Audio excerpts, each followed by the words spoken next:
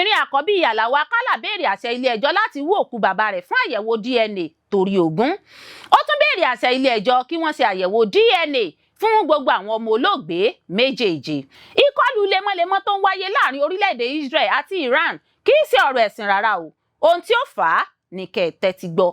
Ìdí èrè o tí ìjọba Ondo fi wó gbàgede ìrántí àwọn tó kú nínú ìkọlù ìlú Ọ̀wọ̀ tọdún 2022. Ọkùnrin méjì pàdánù ẹ̀mí wọn lákòókò tí wọ́n ń gbìyànjú láti yọ fóònù kúrò nínú ṣáláńgá nípínlẹ̀ Kano. Ó mà ṣe o, èèyàn 9 ló pàdánù ẹ̀mí wọn nínú ìjàmbá ọkọ̀ tó wáyé lákòókò tójò ń rọ̀ nípínlẹ̀ Imo lọ́jọ́ àìkú Sunday. Mo rí ọmọ orogún tó pa ìyá mi, àmọ́ n ò tètè fura pé nǹkan tó wá ṣe nìyẹn. Ọmọ olóògbé ló kọ̀mínú bẹ́ẹ̀. Ẹ gbọ́ àwọn àtúpalẹ̀ ìròyìn náà lẹ́kùnrẹ́rẹ́. You are welcome to DriveTv. If you're new to this channel, consider subscribing so you won't miss out any of our latest video. Ó gbẹnu tán o, ọmọbìnrin Alao Akala Beere Ase Ileejo láti wú òkú bàbá rẹ̀ fún àyẹ̀wò DNA Tori Ogun. Ó tún Beere Ase Ileejo kí wọ́n ṣe àyẹ̀wò DNA fún gbogbo àwọn ọmọ olóògbé méjèèjì. Olúwatóyìn Alao Adérìntọ́, ọmọbìnrin àkọ́bí gómìnà ìpínlẹ̀ Ọ̀yọ́ tẹ́lẹ̀ rí Alao Akala, ti pé ẹjọ́ nílé ẹjọ́ gíga ìlú Ìbàdàn Beere Ase Ileejo láti ṣe àyẹ̀wò DNA fún gbogbo àwọn ọmọ olóògbé kí wọ́n sì wú òkú olóògbé Alao Akala bákan náà láti ṣe àyẹ̀wò DNA. Láti ọjọ́ mélòó kan sẹ́yìn ni awuyewuye ti ń jáde lórí ìtàkùn ayélujára nítorí ìdílé gómìnà tẹ́lẹ̀ rí nípínlẹ̀ Ọ̀yọ́ olóògbé Ọ̀túnba Adébáyọ̀ Alao Akala. Bí àwọn kan ṣe ń sọ wípé àárín àwọn ọmọ olóògbé kò gún, ní àwọn ẹlòmíín ṣe àríwísí pé ọ̀rọ̀ náà ní í ṣe pẹ̀lú àwọn ìyàwó olóògbé.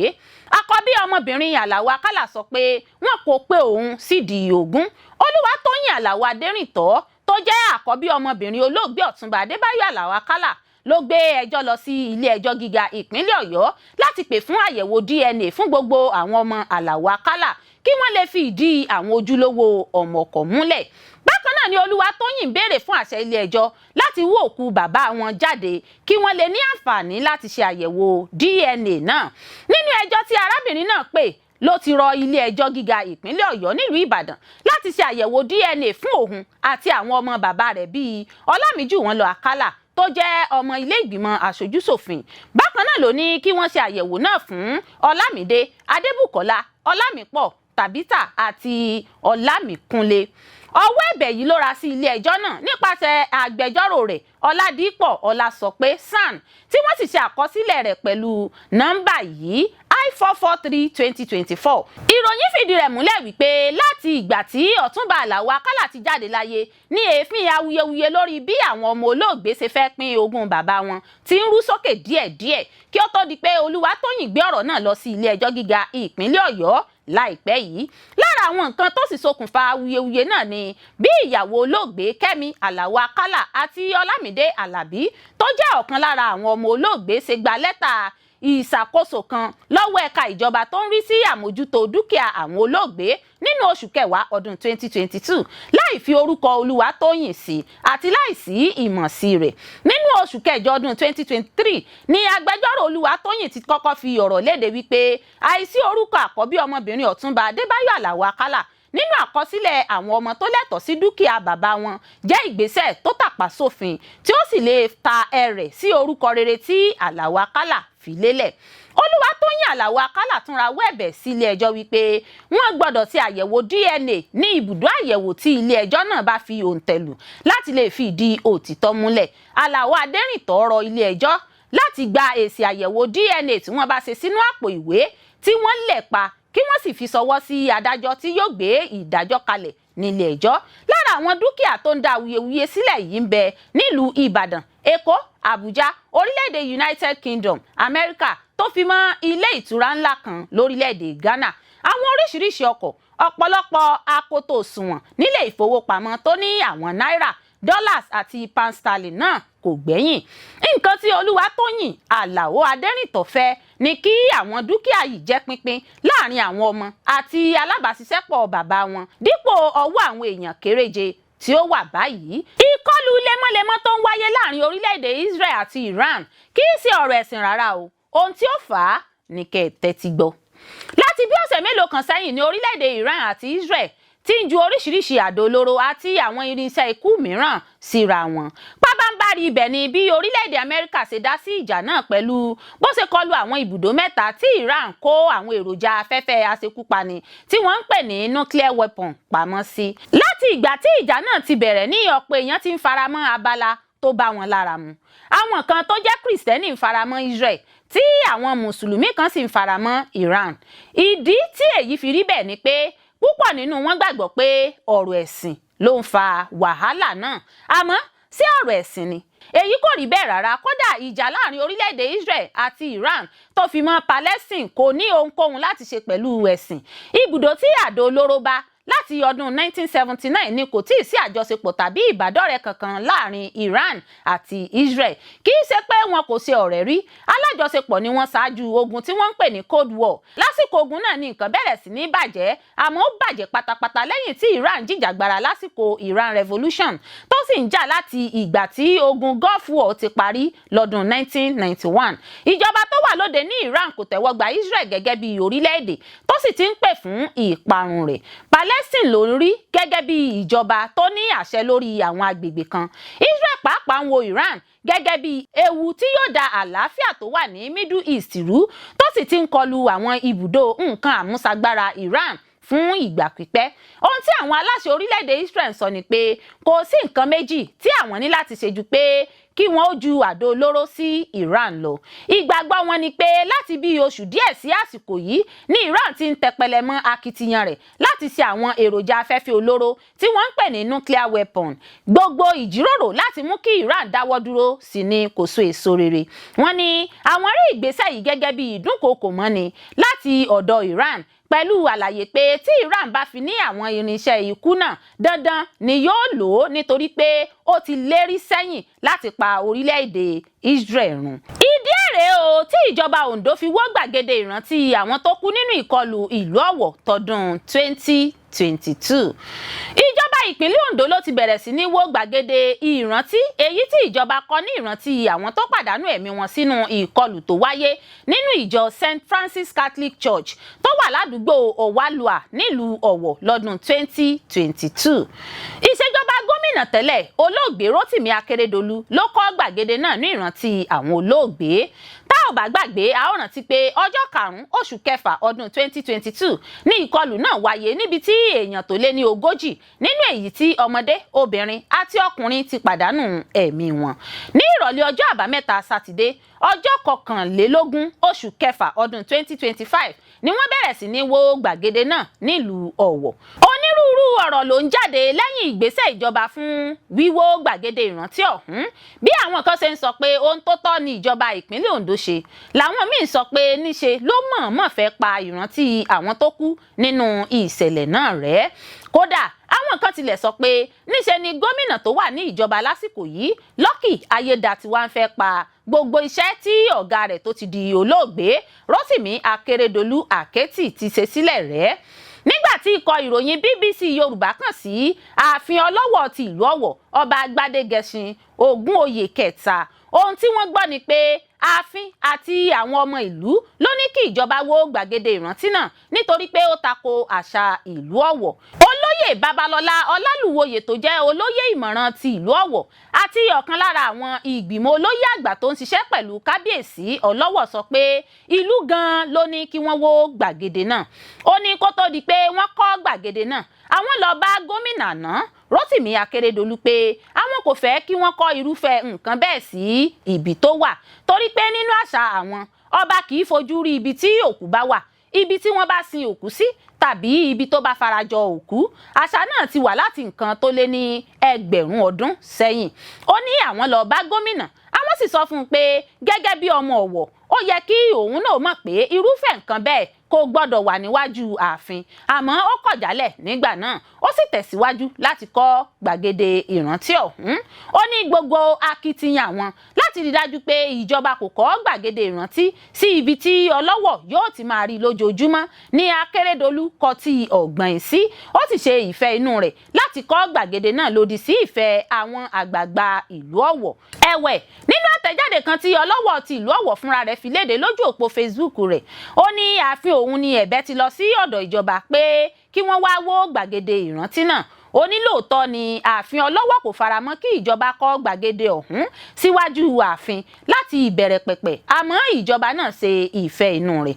Ẹlòmíràn tí ó tún bá àwọn oníròyìn sọ̀rọ̀, Ọba Yọríjù Jimi Abbas tó jẹ́ ọ̀kan lára àwọn ọmọ ìlú Ọ̀wọ̀ tó máa ń lọ sí ààfin ọlọ́wọ̀ dáadáa, nínú àlàyé rẹ̀ yàtọ̀ sí pé ìlú kò fọwọ́ sí kíkọ́ gbàgede náà sí ibi tó wà, àwọn kọlọ̀rọ̀ sí ẹ̀dá kan tún ti ń lo gbàgede náà láti máa ṣiṣẹ́ ibi lóru ọ̀gànjọ́. Ó ní tó bá ti di aago 9 alẹ́ báyìí, èèyàn kò ní lè gba ibẹ̀ kọjá mọ́ nítorí pé ibẹ̀ làwọn ọmọ kọlọ̀rọ̀ sí kan sùn sí. Tí wọ́n bá ti já fóònù èèyàn gbà báyìí, ibẹ̀ ni wọ́n máa ń sá pamọ́ sí. Ní ti ilé ìjọsìn tí ọ̀rọ̀ náà kàn níbi ìkọlù tí ó wáyé ọ̀hún ti sọ pé inú àwọn kò dùn sí bí wọ́n ṣe wó gbàgede náà. Wọ́n ní àwọn fẹ́ kí ìjọba kọ́ òmíràn fún àwọn. Nínú ìfọ̀rọ̀wánilẹ́nuwò pẹ̀lú àlùfáà Michael Abugan, ó ní inú ìjọ kò dùn rárá, kódà inú ìjọ bàjẹ́ sí ìgbésẹ̀ wíwó gbàgede ìrántí náà. Ó ní gbàgede ìrántí tó wà nínú ọgbà ìjọ, àwọn fúnra wọn làwọn kọ́, kì í ṣe ìjọba ló kọ́ fún àwọn. Wọ́n wá ní àwọn kò fẹ́ kí wọ́n kàn wó gbàgede ìrántí náà dànù, kí wọ́n sì gbàgbé nípa àwọn èèyàn tó pàdánù ẹ̀mí wọn sínú ìkọlù náà bẹ́ẹ̀. Wọ́n láwọn fẹ́ kí ìjọba kọ́ gbàgede ìrántí míì fún àwọn ní agbègbè míì. Ó ní kò ṣe ìtẹ́wọ́gbà fún àwọn kí ìjọba pa orúkọ àwọn èèyàn tó kú níbi ìṣẹ̀lẹ̀ náà rẹ́ báyẹn.